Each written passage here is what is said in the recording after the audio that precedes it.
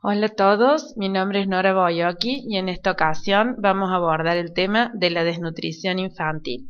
Este video se halla estrechamente relacionado con el de anemia ferropénica y déficit de micronutrientes, así que recomiendo que hagan una revisión de los tres para ir relacionando los contenidos con los de uno y otro video. La desnutrición infantil vamos a definirla como un estado provocado por la deficiencia a nivel celular de la provisión de nutrientes y o la energía necesaria para que el organismo mantenga en buen estado su propio estado y pueda desarrollarse, pueda tener actividad, crecer y reproducirse. Esta definición es tomada de Mahler en 1980. Es, desgraciadamente, una de las causas más frecuentes de morbimortalidad infantil. Es el producto de un cúmulo de circunstancias, es decir, no podemos mencionar una única causa. Hay una serie de circunstancias adversas que rodean la vida de un niño, tales como la desocupación, la pobreza, la violencia, la desesperanza, la falta de accesibilidad a la salud y también a los medicamentos y atención básica. Y no debemos tomar a la desnutrición como un sinónimo simplemente de una alimentación inadecuada. Aquí vemos en este gráfico cómo se relacionan todos estos elementos, la pobreza, la desventaja social, la falta de alimentos de calidad, las situaciones de abandono, también las infecciones que determinan anorexia y esto a su vez perpetúa un círculo cuyo resultado es la desnutrición. Podemos clasificar a la desnutrición infantil de muchas maneras. De acuerdo con su etiología, podríamos decir que existe una desnutrición primaria, una secundaria y una mixta. Hablamos de desnutrición primaria cuando desnutrición es lo único que tiene el niño, secundaria cuando existe una enfermedad que condiciona este estado de desnutrición y mixta, que es lo que más frecuentemente vamos a encontrar, una asociación en donde hay una enfermedad crónica que genera un impacto en la salud del niño, dando como resultado la desnutrición. Según la clasificación de Gómez, hoy ya prácticamente en desuso, ya que solamente establece como parámetro el peso, lo cual no permitirá diferenciar la situación actual de la pasada, en esta clasificación se establecían 3 grados de desnutrición. En el primer grado, cuando el paciente tenía de un 15 a un 25% menos del peso. En segundo grado, cuando la disminución era entre un 25 y un 40% menos, y la de tercer grado, cuando el déficit era superior al 40%. Waterloo mejora esta clasificación relacionando el peso con la talla y la talla con la edad. Esta tiene mayor utilidad, se usa actualmente y habitualmente en la planificación de recursos y establece a los pacientes como eutróficos, que son los que no tienen ningún déficit, desnutrición aguda, en la que vamos a ver que la relación peso-talla es baja, pero la talla para la edad es normal. Recordemos que el peso es el primer parámetro antropométrico que se va a modificar, en cambio la talla requiere de más tiempo para sufrir una impronta. Establece en segundo lugar la desnutrición aguda y crónica, en donde el peso para la talla y la talla para la edad está baja la relación, ya que ambos parámetros están modificados. Y una desnutrición crónica secuelar, en donde el peso para la talla es normal y la talla para la edad es baja, es decir, el peso se adecua a una talla baja. Bueno, aquí lo vemos graficado para poder relacionar el peso con la talla. Y en este otro gráfico volvemos a evidenciar la misma clasificación. Estos son los porcentajes de adecuación para clasificar a la desnutrición según peso para la edad, talla para la edad y peso para la talla. Es importante tener en cuenta que si bien el peso es el indicador más usado, pero también se interpreta mal. El peso va a reflejar la masa corporal total, representa la cantidad total de tejidos de distinto valor nutricional, es decir, en el peso están incluidos el agua también y la masa magra. Por lo tanto, aisladamente representa un indicador poco específico. La talla alcanzada por un niño es consecuencia de su historia nutricional y su salud, y no se va a modificar con la rapidez que lo hace el peso. ¿Cuál es la fisiopatología y el impacto que esta desnutrición va a producir en el organismo? Los niños con desnutrición leve a moderada son generalmente más inactivos, apáticos y tienen la mirada menos vivaz. Presentan infecciones reiteradas, con mayor frecuencia en piel, aparato respiratorio o diarrea. También tienen un rendimiento físico y escolar que va a ser menor. El proceso de desnutrición no se instala de un día para otro, obviamente se instala de manera gradual, por lo cual en el organismo se van a ir desarrollando cambios metabólicos, hormonales que van a lograr un nuevo estado de equilibrio al que vamos a llamar homeorexis. Se traduce en disminución de funciones de metabolismo y de división celular para poder adaptarse a esta carencia de energía. Claro, es un equilibrio frágil que va a ser interrumpido sobre todo por la presencia de infecciones. ¿Cuáles son los cambios que se van a producir a nivel del metabolismo energético? El aporte energético bajo obviamente lleva a una disminución del gasto energético. Cuando este proceso se prolonga en el tiempo, se comienza a utilizar la energía que proviene de la masa adiposa y posteriormente de la masa muscular, con la consecuente pérdida de peso. La disminución del gasto energético causa dificultades para mantener la temperatura corporal, lo cual claramente pone a estos niños en una situación difícil al no contar con la fiebre como recurso para la detección precoz de infecciones. Tienen también menos capacidad de reaccionar entonces frente a la fiebre. En cuanto a los cambios en el metabolismo proteico, vamos a destacar que el intestino de estos pacientes presenta cierto grado de atrofia y el páncreas tiene dificultad para producir enzimas. Aún así, siempre y cuando no haya diarrea, se pueden hidrolizar las proteínas y absorber los aminoácidos. En estudios experimentales se ha demostrado que hay disminución de la síntesis proteica a nivel muscular y que en etapas avanzadas se va a degradar la proteína del músculo. La glucemia se mantiene normal a expensas de la gluconeogénesis de aminoácidos y del glicerol que se libera de la lipólisis, pero las infecciones o el ayuno prolongado pueden producir hipoglucemias. En este gráfico vemos cómo se produce la adaptación cuando tenemos una disminución global de la ingesta. Nos referimos a una disminución tanto en hidratos de carbono como en proteínas. Esto va a dar por resultado glucemias bajas y aminoácidos plasmáticos bajos. El resultado va a ser una insulinemia baja. Por otro lado, el estrés y la respuesta a hormonas de crecimiento, catecolaminas, cortisol y aldosterona se mantienen altas. Esta situación de catecolaminas altas, cortisol elevado y aldosterona alta va a tener un impacto. ¿Cuál va a ser? La hormona de crecimiento elevada y las catecolaminas altas van a mantener los ácidos grasos libres altos, con producción de los cuerpos cetónicos. El cortisol elevado, hormona de la contrarregulación, va a promover la liberación de aminoácidos a partir del músculo. La aldosterona alta va a disminuir el potasio intracelular, sobre lo que vamos a volver más tarde. ¿Cuál es el resultado de esto? Que se va a preservar la masa visceral. Este es un intento de sostener un equilibrio en el organismo. Cuando, por ejemplo, la dieta es pobre en proteína, pero los hidratos de carbono son altos, esto ocurre con mucha frecuencia, al tener hidratos altos vamos a tener una glucemia elevada que va a llevar a una insulina elevada, con lo cual los lípidos de depósito se van a movilizar poco.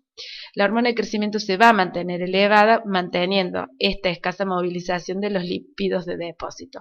Pero las hormonas de la contrarregulación, como cortisol y catecolaminas, no van a estar elevadas como en el caso de recién. Por lo tanto, va a haber una menor movilización de aminoácidos musculares.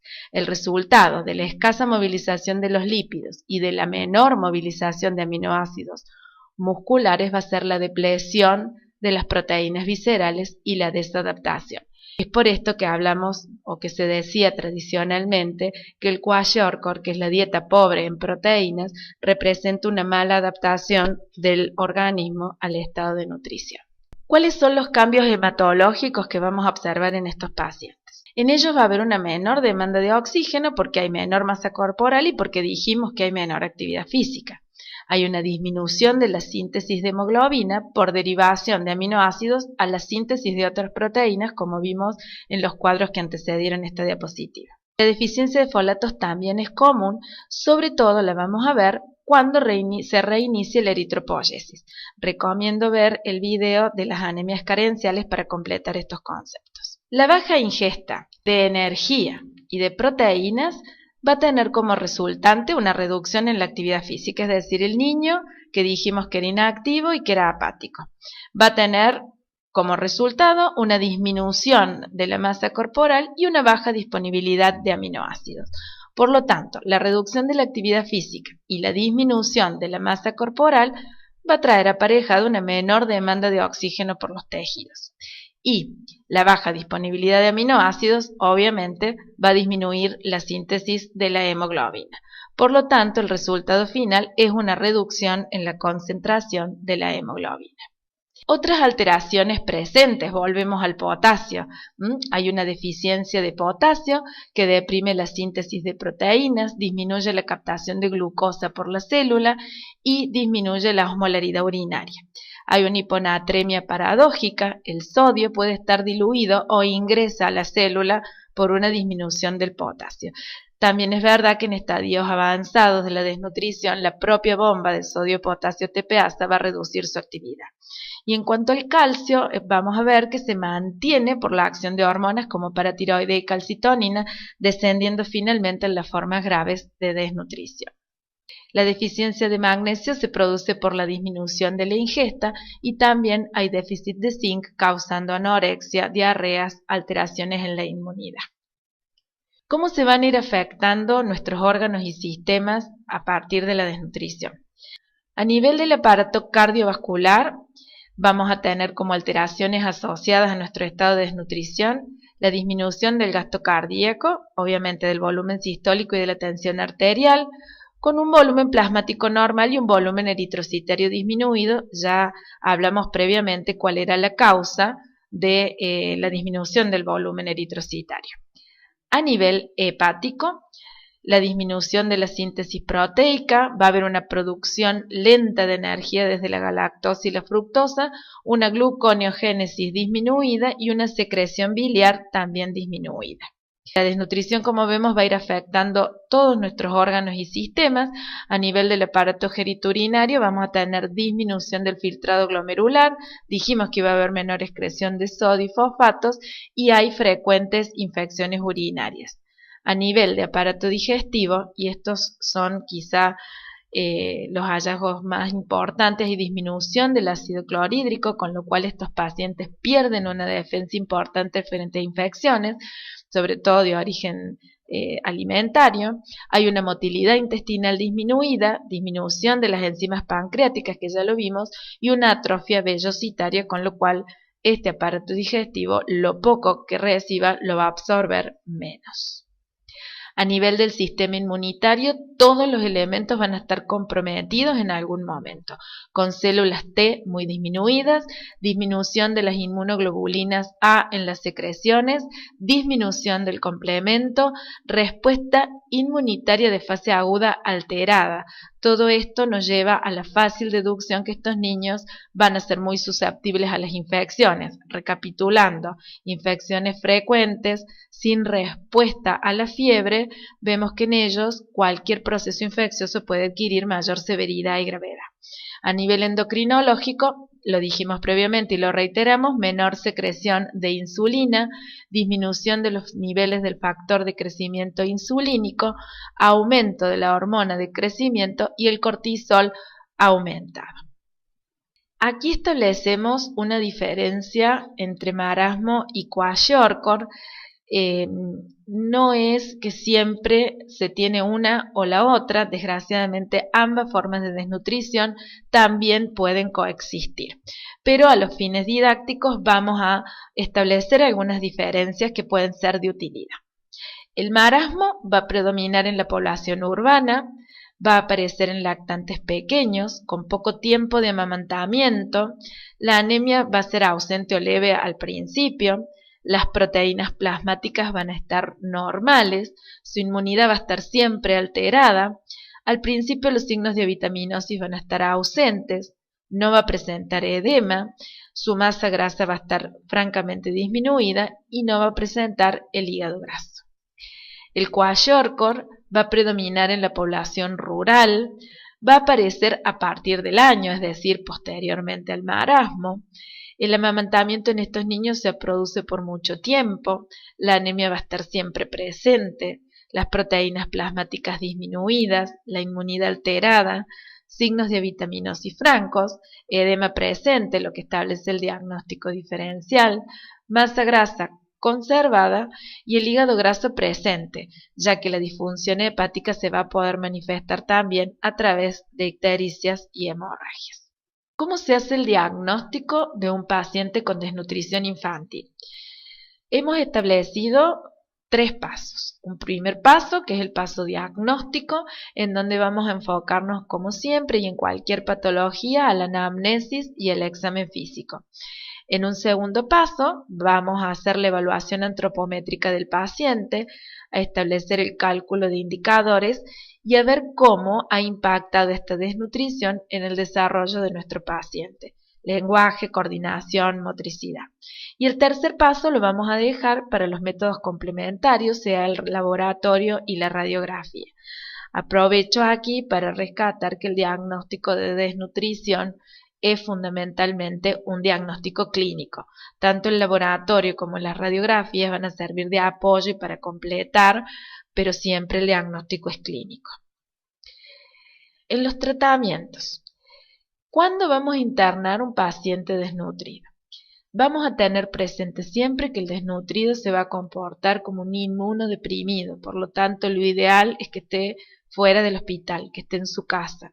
Pero ante una desnutrición grave, más de 3 desvíos estándar de puntaje Z o desnutrición grave por cualquiera de las clasificaciones empleadas, ante la presencia de edemas, de deshidratación grave, que ponga obviamente al niño en una situación de descompensación, una diarrea persistente, la palidez, hipotermia y shock, una anemia grave con menos de 5 de hemoglobina, la presencia de ictericia o púrpura, y en pacientes menores de 1 año con riesgo social, uno establece claramente la necesidad de internar el paciente. Estos son criterios utilizados universalmente. En el mundo, en cuanto al tratamiento ya más desde el punto de vista general, se están revisando los programas de recuperación enfocados en macro y micronutrientes a través de la UNICEF. Se considera que los fracasos en el tratamiento se deben a la no inclusión de aspectos integrales del cuidado del niño, del agua, con el agua nos referimos a agua de calidad, saneamiento ambiental adecuado y también los vínculos parentales, ya que si recordamos desde el principio decimos que la desnutrición no es solamente alimentación inadecuada, sino que se suma a otros aspectos desfavorables para el niño. En los casos de desnutrición leve o moderada, siempre dependiendo del compromiso de la salud, el niño deberá tratarse en su comunidad y ambulatoriamente. ¿Cuáles son los cuidados nutricionales que podemos tener en cuenta para favorecer la renutrición de nuestro paciente? Recordar siempre que los alimentos de origen animal tienen proteínas de alto valor biológico, por lo tanto siempre debemos incluirlos en la dieta. Recordar que los aceites y la grasa en general aumentan la densidad calórica. Recordemos que 1 gramo de grasa tiene 9 calorías, en cambio 1 gramo de hidratos de carbono o proteínas solo 4. Aquí está un aliado para progresar el peso de nuestro paciente. Las cereales y las legumbres tienen proteínas de bajo valor biológico. Si bien tienen nutrientes importantes, tienen proteínas de bajo nivel biológico. Cuando lo que busquemos sea reponer proteínas, no son estas las fuentes que vamos a elegir. La carne es el alimento que aumenta la biodisponibilidad del hierro. El hierro presente en la carne es el que se va a absorber mejor. Esto debemos tenerlo en cuenta. La cocción de los tubérculos con cáscara preserva la vitamina C. La diversidad de alimentos es necesaria para que podamos garantizar micronutrientes y vitaminas. Recordemos que todos los alimentos son necesarios. Cuidar el recurso económico. Esto es importante ya que sabemos que la desnutrición desgraciadamente viene de la mano con la pobreza, entonces es importante asesorar a la mamá que no compre carne con hueso, que no compre embutidos porque tienen grasa y ante una misma fuente de nutrientes elegir el más económico que la familia pueda adquirir y sostener en el tiempo. Las preparaciones con líquidos disminuyen la densidad calórica y producen saciedad, por lo tanto las sopas, los guisos que tengan mucho líquido no van a ser los ideales en la nutrición del paciente. Y no existen publicaciones donde se demuestre que se puede recuperar nutricionalmente un paciente utilizando soja, por lo que este alimento no va a ser incluido o no es aconsejable que sea incluido. ¿Qué debemos suplementar en nuestro paciente? El hierro es uno de los micronutrientes a proveer a estos niños si hay desnutrición leve y anemia en la fase de recuperación y también en el inicio de la recuperación para prevenir la anemia ferropénica.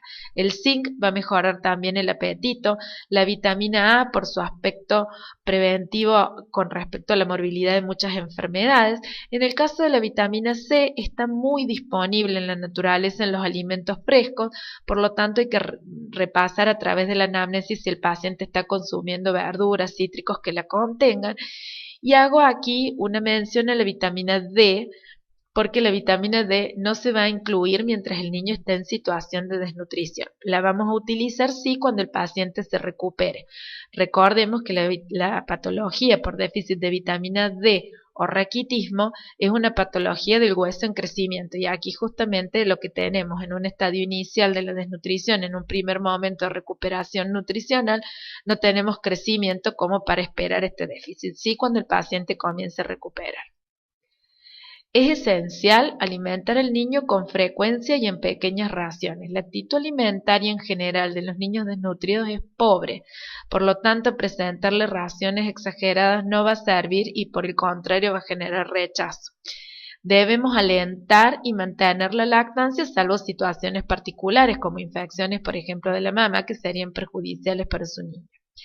Es ideal que la fórmula láctea sea libre de lactosa. Debe ser libre de lactosa, sobre todo en el primer momento de la recuperación nutricional, ya que dijimos que había una atrofia vellositaria a nivel intestinal con el déficit consecuente de disacaridasa. Por lo tanto, la fórmula deberá ser libre de lactosa y contener además ácidos grasos de origen vegetal para favorecer la absorción adecuada de nutrientes.